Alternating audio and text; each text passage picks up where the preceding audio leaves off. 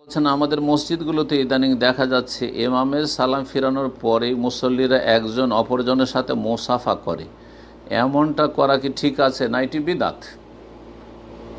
ফরজ সালাতে সালাম ফেরার পরে ডানে মোসাফা করা বামে মোসাফা করা, এটা মিশরীদেরকে ইজিপশিয়ানদেরকে দেখেছি সৌদি আরবে এরা করে থাকে। এই মসরি বেদাত মানে মিশরের মুসলিমদের বেদাত, এটা আরব দেশে অনেকে করে থাকে। দেখা দেখে মনে করি এটাও মনে হয় খুব ভালোই কাজ করছে। না, অহম ইয়াহসাবুন আন্নাহুম ইহসানুনা সুনা, বেদাতের একটা লক্ষণ হচ্ছে যে বেদাত করে সে মনে করে যে খুব ভালো কাজ করছে, আরে আমি ডানের লোককে মুসাফা করলাম বামের লোককে মুসাফা করলাম, আপনি কি বিয়াদব মুসাফা করেন না?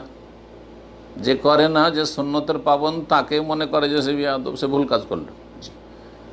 তো আর এদেরকে বলা হয়েছে যারা মনে করে যে আমরা খুব ভালো কাজ করছি কিন্তু কোরআন সুন্নাহ ভিত্তিক নয়, আল্লাহর জন্য হয়তো করেছে কিন্তু রাসূলুল্লাহ সাল্লাল্লাহু আলাইহি ওয়াসাল্লামের তরিকে করেনি। আল্লাহ বলছেন যে কুল হাল নুনাব্বিউকুম বিল আখসারিনা আমালা, তোমাদেরকে জানিয়ে দেব কি আমলের ক্ষেত্রে সবচেয়ে বেশি ক্ষতিগ্রস্ত কারা, আমল করেও ক্ষতিগ্রস্ত আর বেশি ক্ষতিগ্রস্ত। আর এই ডিউটি না করেন, বেতন পেলেন না, তাও মনটাকে সান্ত্বনা দিতে পারবেন যে খাটিনি পাইনি, অসুবিধা নেই, ডিউটি করিনি মেহনত করিনি পয়সা পাইনি। কিন্তু ডিউটি করার পরে যদি পয়সা না পান, যারা প্রবাসে আছেন কত ক্ষতিগ্রস্ত, আফসোস লাগে যে হায়রে এত পরিশ্রম করে ডিউটি করলাম আর বেতন পেলাম না। তো বেদাতিরা পরিশ্রম করে কিন্তু বেতন পায় না, হ্যাঁ পারিতোষিক পাবে না, বরং জাহান্নামে চলে যেতে হবে। আল্লাহ যেন হেফাজত করেন। সুতরাং এই মুসাফার বেদাত করবেন না।